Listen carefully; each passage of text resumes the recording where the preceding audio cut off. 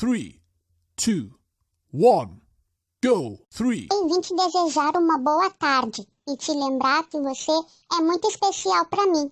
Tchau, tchau.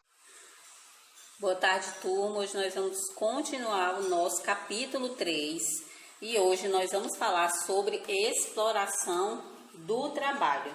Então, coloca aí na página 41 para vocês poderem acompanhar o nosso conteúdo de hoje. Então, vamos lá. No primeiro parágrafo, ele vem dizendo o seguinte, que na aula passada a gente falou sobre a inserção da mulher no mercado de trabalho.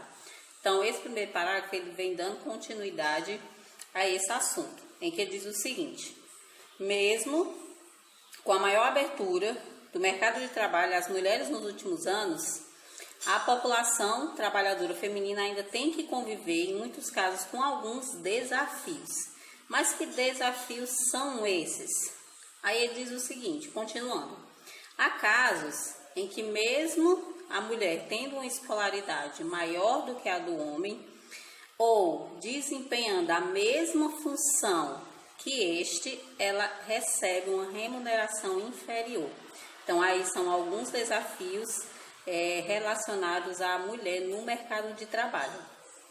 Tem a questão também do preconceito, dependendo do cargo que a mulher ocupa, né? Então, além da questão dessa desigualdade de remuneração, né? A mulher receber, às vezes desempenha a mesma função e ganhar menos do que o homem, desempenhando a mesma função, fazendo o mesmo trabalho. Há também a questão do preconceito, dependendo do cargo que a mulher ocupa. Outro sério problema social trata-se da exploração do trabalho infanto-juvenil, ou seja, de jovens e crianças. A luta contra essa prática está relacionada à questão dos direitos humanos e trata-se de um combate muito difícil em virtude das condições econômicas e culturais de diversas regiões do Brasil. Então, essa questão do trabalho infanto-juvenil, se é maior ou se é menor, vai depender das condições sociais e econômicas da região do Brasil. O impacto do trabalho sobre o desenvolvimento e a aprendizagem dos jovens vai desde a ausência da escola, provocada pela jornada intensa de trabalho. Então, se a criança está trabalhando, consequentemente, ela não está frequentando a escola. E isso vai causar algum impacto aí na criança ou no adolescente. Que um desses impactos acontece com relação à redução da capacidade de concentração. Além disso, as condições insalubres, ou seja, as condições de trabalho que essas crianças e adolescentes são submetidos, são obrigados a trabalhar, muitos desses trabalhos põem em risco a vida deles, a saúde desses jovens. Então, uma das atividades que hoje no Brasil tem muito essa questão, esse problema social, que é a questão da exploração do trabalho infanto-juvenil, são em algumas fazendas, aquelas fazendas de cana-de-açúcar. Então, há muito essa questão da exploração do trabalho, não só do adulto, mas também do infanto-juvenil. E na nossa página seguinte, ele vem falando sobre o que é trabalho infantil, no nosso para refletir da página seguinte. Então, o que é o trabalho infantil? É todo o trabalho realizado por pessoas que tenham menos idade do que a mínima permitida para trabalhar. Cada país tem a sua regra com relação à idade mínima.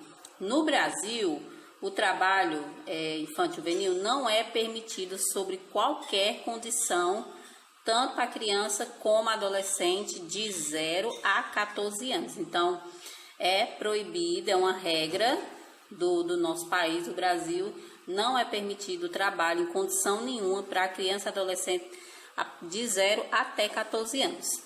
Entre os 14 a 16 anos, o adolescente ele pode trabalhar como aprendiz.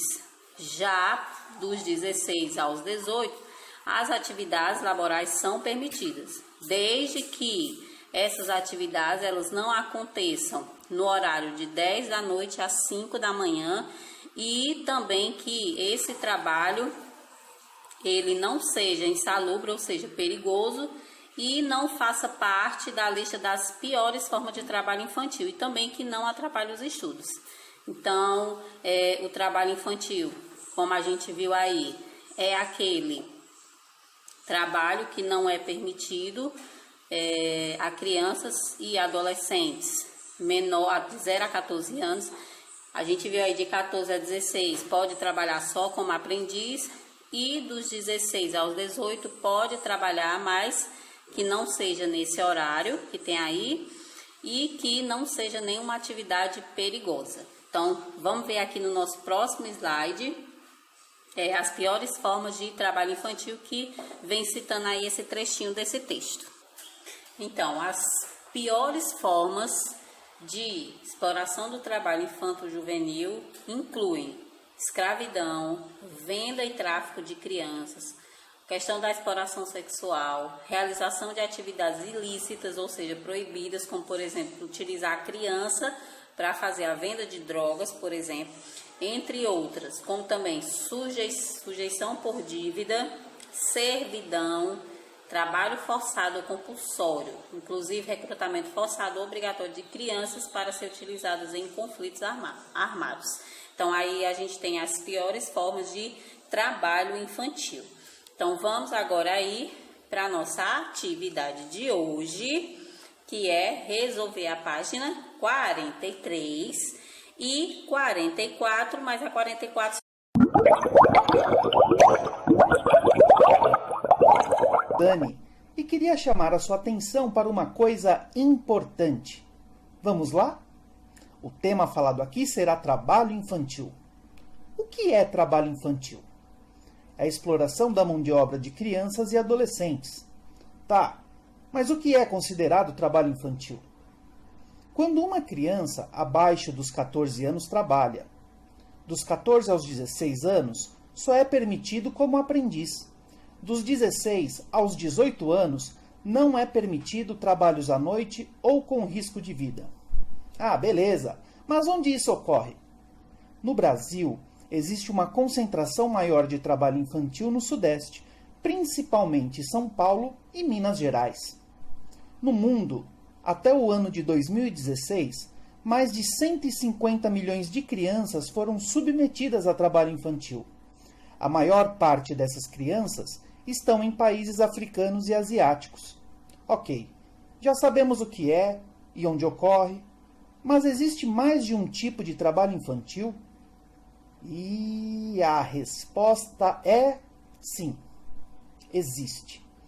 Tem o trabalho doméstico, que é uma das formas mais comuns de trabalho, onde crianças são impostas a trabalhar em casas que não são suas. O trabalho urbano, que está entre as piores formas, que vai desde crianças situadas em lixões àquelas que são admitidas no narcotráfico. E tem também o trabalho na agricultura familiar, onde as crianças sofrem por possuir um trabalho pesado no campo. Mas tudo isso não prejudica a criança? Sim, e muito. Esse problema afeta o desenvolvimento e a escolaridade, o que faz com que essas crianças não tenham boas oportunidades de um trabalho formal no futuro. Isso é causado geralmente pela pobreza e necessidade da família. Se você encontrar alguma criança passando por isso, o que você deve fazer? Caso você suspeitar ou presenciar um caso desse, Disque 100 ou acesse a página de denúncias do Ministério Público do Trabalho. Muito obrigado pela atenção e tchau!